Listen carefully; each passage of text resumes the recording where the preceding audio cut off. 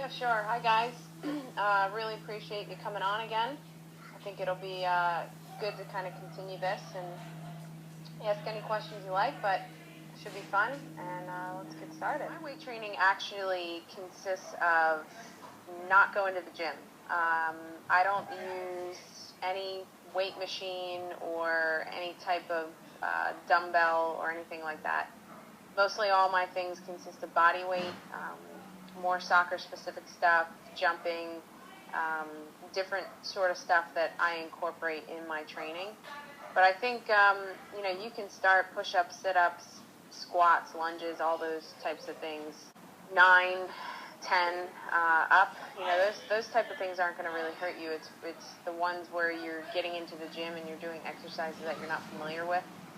And not being shown the proper way, that's when you tend to get injured. But for me, what works best for me is just all body weight stuff. For a light jog, nothing too crazy. I'm not very superstitious, just eating right, making sure, I'm prepared, my mind's prepared on the game, and then once the game comes, it's all good from there. Tips for college. Well, college is definitely a tough decision to make. But I think if you sit down with your parents and, whoever else you want to involve in that decision and kind of really weigh out the positives and negatives about each school and where you want to be. And, when I played on a club team, we went to college showcase tournaments, and that's where you were able to be seen, and they showcased, you played lots of games over the weekends. You went to WAGs, you went to JAGs, all these big-time tournaments, and all the college coaches came to those. And usually your club, if they're good, or if you want to get on a team that is organized, they usually have information on you and will be able to get in touch with you, if they want to contact you about their school. Some pretty big moments, but I would say that the journey itself, from where I started to where I'm at now and where I want to be, where I want to continue to push on, continue to get better, is really kind of the most thrilling thing. I've done pretty well, accomplished some things, but when it's all said and done, those things don't mean anything. You're only as good as your last game you play, and that's why, it's a new beginning, another new beginning. Got to keep, pressing on, keep doing well, keep being consistent. I think that's the biggest thing with me, is being consistent from game to game and continuing to improve as a player.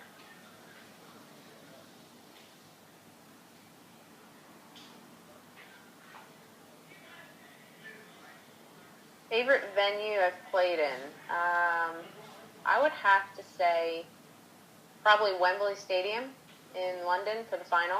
That was the most unbelievable experience, with 80-some thousand people there, winning a gold medal. It was really, really surreal, and not to mention that it's one of the most prestigious stadiums to ever play in. But it was such a joy to be able to play in the London Olympics with, in some of those amazing stadiums, Old Trafford, Newcastle Stadium. So those few were one of my favorites. What advice? It's pretty simple and easy. I know as a kid, I didn't have much. I didn't have a ton of balls. I didn't have nice cleats.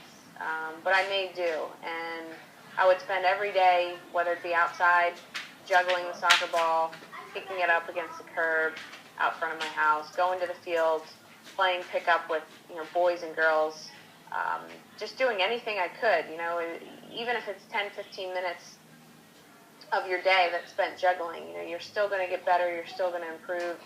I used to play indoor soccer in our upstairs hallway in my parents' house with my brother and sister. Just little things. I surrounded myself with the ball. I always wanted to play, and those are the types of stories you hear about people making it, is those players that were just lived and breathed it as a kid, and their parents didn't have to force them to play or go practice, but that was me, and you can do whatever whether that be a wall, find a sharp wall, kick it up there, just kind of be creative. And I know I post some videos that I do online, so you can check those out and do those at home if you choose as well. I think this is really kind of the next step for me. The next step to take charge on the field, to dictate, the tempo out there in the center mid, whether I'm playing defensive mid or attacking mid. I think, I've learned a lot. I've gone through a lot as a player. I'm now at a point where I can kind of help and try to take over games and just get my team playing well, keeping possession. So for me, I want to just continue to build on what I've done in the past. On the road, well, it's not as glamorous as people think. We depend on how busy we are, whether we have one session or two sessions.